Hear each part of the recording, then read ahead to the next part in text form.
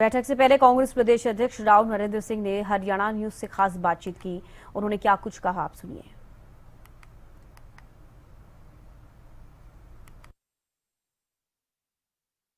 Files Rahul Gandhi के press conference के बाद जिस प्रकार से हरियाणा को लेकर कई तथ्य रखे गए थे, आज उसको लेकर महत्वपूर्ण बैठक राजधानी दिल्ली में बुलाई गई है। सभी सांसद, पूर्व सांसद, विधायक, पूर्व विधायक, कई वरिष्ठ नेताओं सभी को बुलाया गया है। बीके हरिप्रसाद की अध्यक्षता में ये बैठक होने वाली है। हमारे साथ बातचीत करने के लिए कांग्रेस प्रदेश अध्यक्ष राव नरेंद्र सिंह मौजूद है। सर, हरियाणा न्यूज पर आपका स्वागत है। सर, सबसे पहले तो राहुल गांधी के प्रेस कॉन्फ्रेंस पर मैं आपकी प्रतिक्रिया चाहूंगी, क्योंकि जिस प्रकार से लगातार तब से लेकर आज तक भारतीय जनता पार्टी के द्वारा नकारा जा रहा है और कहा जा रहा है कि कांग्रेस केवल भ्रम फैलाने की, झूठ बोलने की राजनीति कर रही है।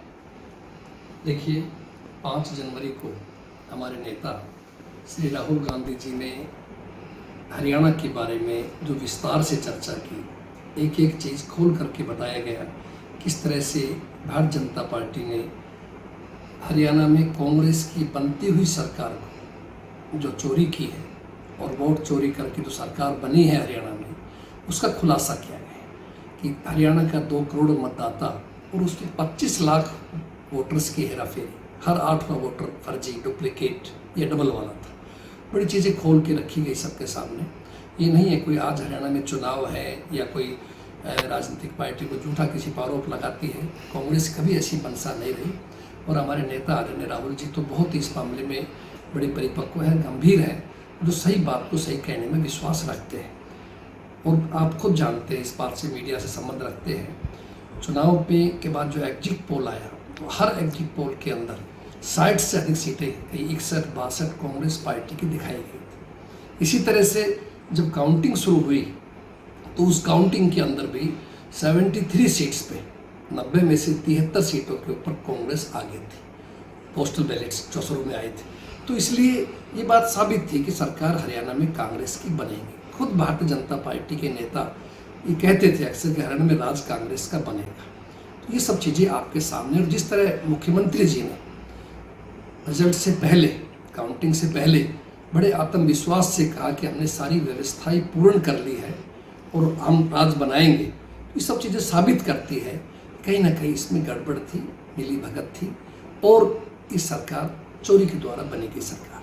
सर, चूंकि आप प्रदेश के अध्यक्ष हैं तो आपसे ये सवाल जायज भी हो जाता है पूछना कि अगर इतने सवाल हैं वोट चोरी को लेकर, कभी ईवीएम को लेकर, तो आखिर सुप्रीम कोर्ट क्यों नहीं जाते आप लोग? जनता बिल्कुल जजमेंट करती है, जनता आपकी बात भी सुन रही है, हमारे माध्यम से भी सुन रही है, तो आखिर सुप्रीम कोर्ट, यानी कभी भी कॉन्स्टिट्यूशन पे कोई खतरा हो या फिर किसी इंस्टीट्यूशन के द्वारा पक्षपात किया जा रहा है तो सुप्रीम कोर्ट उसका फैसला करती है, तो वहां पर क्यों नहीं आप जा रहे हैं?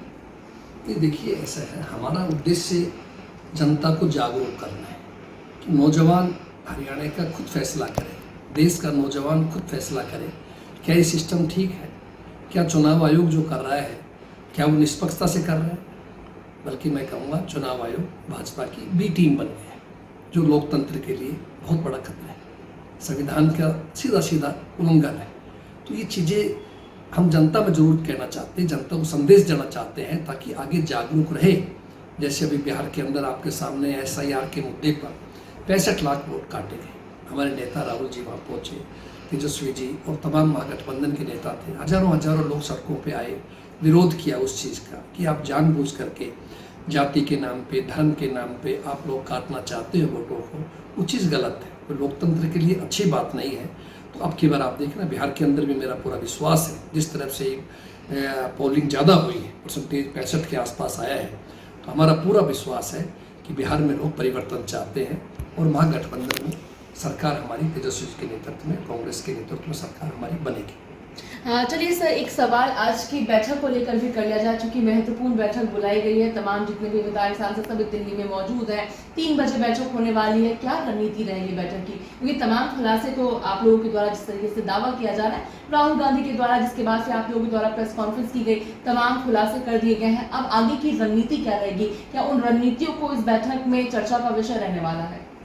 देखिए, आज की बैठक इसीलिए बुलाई गई है कि आगे का रणनीति हमें तय करनी है। जिस दिन राहुल जी ने घोषणा की, पत्रकार सम्मेलन किया उसी दिन शाम को पूरे हरियाणा के हर जिले के अंदर कैंडल मार्च किया गया था। नेक्स्ट डे इलेक्शन कमीशन का पुतला फूंका गया था। और अब आगे भविष्य की रणनीति बनाने के लिए आज हमने ये मीटिंग बुलाई है। हरियाणा के सभी सीनियर लीडर्स इसमें मौजूद होंगे।